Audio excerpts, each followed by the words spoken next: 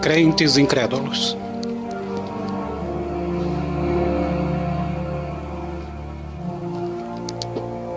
Qualquer dia desses, uma pessoa bem simples vai pegar a palavra de Deus, lê-la e crer nela. E aí nós todos vamos ficar muito envergonhados. É que nós adotamos a cômoda postura de que nossa tarefa para com a palavra é explicá-la. Na verdade, nossa primeira atitude deve ser de crer nela e depois obedecer. Um pensamento que tem me ocorrido com frequência ultimamente é que existe uma grande diferença entre conhecer a palavra de Deus e o Deus da palavra. Não é verdade que toda vez que assistimos a um seminário de estudos bíblicos, ouvimos uma repetição das mesmas velhas lições e saímos dali sem ter aumentado nem um pouco nossa fé? É possível que Deus nunca tenha visto um grupo de crentes tão incrédulos como os desta geração. Como isso é humilhante! Será que estamos como que deslumbrados com a riqueza espiritual? Talvez sejamos como um marinheiro pobretão que cruza o Atlântico e fica alucinado, magnetizado ao pensar que ali embaixo está o navio Lusitânia, com muita riqueza em seu bojo que ele poderia pegar para si. O único problema são os metros e metros cúbitos de água que os separam dele. Do mesmo modo, a Bíblia, que é o talonário de cheques do crente, que é dado pelo Senhor da Glória, garante: tudo é vosso, e vós de Cristo, e Cristo de Deus. Estou me sentindo fortemente insatisfeito com a pobreza espiritual que nós, os crentes, estamos vivendo na atualidade. Quantas vezes vamos a uma reunião de oração e ouvimos uma frase tão comum: Senhor, tu podes fazer isso, referindo-se a um determinado pedido. Mas tal afirmação é fé? Não, é apenas o reconhecimento da onipotência de Deus. Eu creio que o Deus vivo, o Senhor da Glória, pode transformar essa escrivaninha onde estou escrevendo em ouro maciço. Transformar água em vinho ou madeira em ouro são coisas que estão dentro da capacidade dele. Mas ele transformou água em vinho quando houve necessidade disso. Nesse momento, por exemplo, $1 milhão me seria muito útil e não gastaria nem um centavo por mim mesmo. Mas teria do que me envergonhar naquele dia, entre aspas. Na verdade, temos muita necessidade desse dinheiro, mas afirmar que ele pode fazer a madeira se transformar em ouro não opera a transformação. E assim eu fico sem o dinheiro. Mas se pela fé eu disser, ele irá transformar essa mesa em ouro, entre aspas, aí o problema estará resolvido. Todos nós sabemos que o maior destes, entre parênteses, fé, esperança e amor, não é a fé. Mas por que ignorar o que é menor? Onde é que se vê a fé genuína hoje em dia? O que se vê é um mascaramento da fé. Um apelo que se ouve com frequência é: cremos que Deus deseja que entendamos a transmissão do nosso programa a mais de 10 estações de rádio. Estamos esperando dele os fundos necessários para isso. Então, irmãos, escrevam-nos o mais breve possível. Entre parênteses. Isso pode até ser uma afirmação de fé, só que com indiretas. e não é dirigida apenas por Deus. Nós, os crentes, gostamos muito de citar superficialmente aquele versículo. E o meu Deus, segundo a sua riqueza em glória, há de suprir cada uma, que palavra extraordinária, de vossas necessidades. Filipenses 4,19. Mas será que realmente acreditamos nele? Acredito que poderíamos acrescentar um adendo ao capítulo 11 de Hebreus, sem querer com isso diminuir o valor dele, incluindo nomes como o de Hudson Taylor, fundador da missão do interior da China, George Miller, Rees Royals e outros que pela fé realizaram grandes feitos.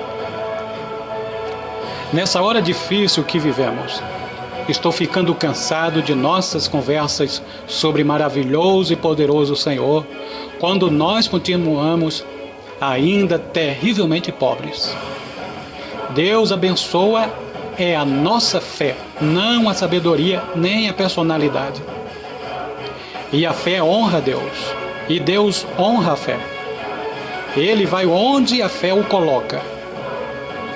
No certo sentido que creio, todos podem entender. A fé situa Deus aqui ou ali. Ela faz a junção da nossa impotência com a onipotência dele. A ciência já rompeu a barreira do som. E a sociedade que nos cerca, uma sociedade permissiva, sequiosa de prazer, clama para nós que também já rompeu a barreira do pecado. Agora vamos nós também, com a ajuda de Deus, com fé simples, firme, vamos romper a barreira da incredulidade. A dúvida retarda a ação da fé e até a destrói. Mas a fé também destrói a dúvida. A verdade que a palavra de Deus ensina não é: tudo é possível ao que sabe expor bem as Escrituras. Nesta vida terrena, será inútil tentar definir a pessoa de Deus. E possivelmente nem na eternidade conseguiremos entendê-lo, nem tampouco seus atos. Mas o que diz a Bíblia? Esse livro que é tão imutável quanto o seu autor é: tudo é possível ao que crê. Muitas vezes ouvimos pessoas que se candidataram a um emprego para o qual se julgavam altamente capacitadas e foram rejeitadas dizerem não sem certa amargura. Hoje em dia o que conta é o que a gente sabe, mas quem se conhece? Não pretendo entrar no mérito da questão com relação ao mundo dos negócios, mas tenho certeza de que, no plano espiritual, é a mais pura verdade. Os fatos que sabemos.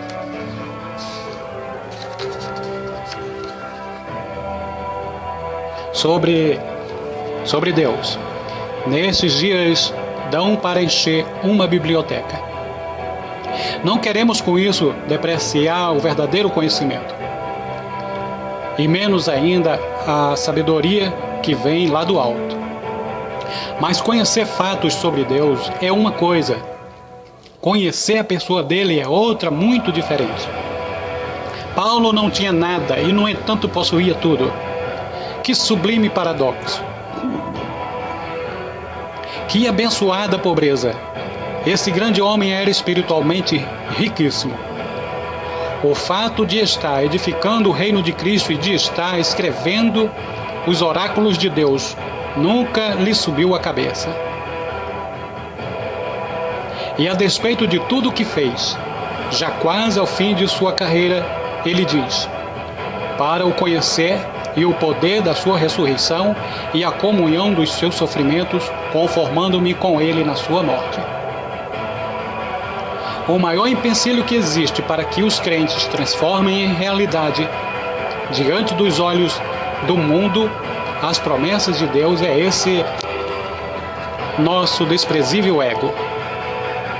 Mas Paulo declara que seu antigo senhor, o ego, foi destronado e o que é melhor, foi anulado na cruz.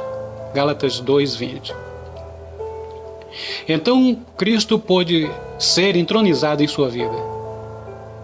E para que nos purifiquemos e estejamos preparados para que Ele assuma o controle, é preciso que o egoísmo, a autocompaixão, a justiça própria, a autossatisfação, a importância própria e tudo que tem a ver com o ego sejam entregues à morte. Não importa quem nós somos, nem o que nós sabemos. O que realmente importa é o que somos diante do inescrutável Deus. Se desagradarmos a Deus, não importa quem vamos agradar. E se agradarmos a Ele, não importa quem vamos desagradar. Aquele que podemos chegar a ser pela nossa união com Cristo é uma coisa, mas aquilo que somos é outra muito diferente.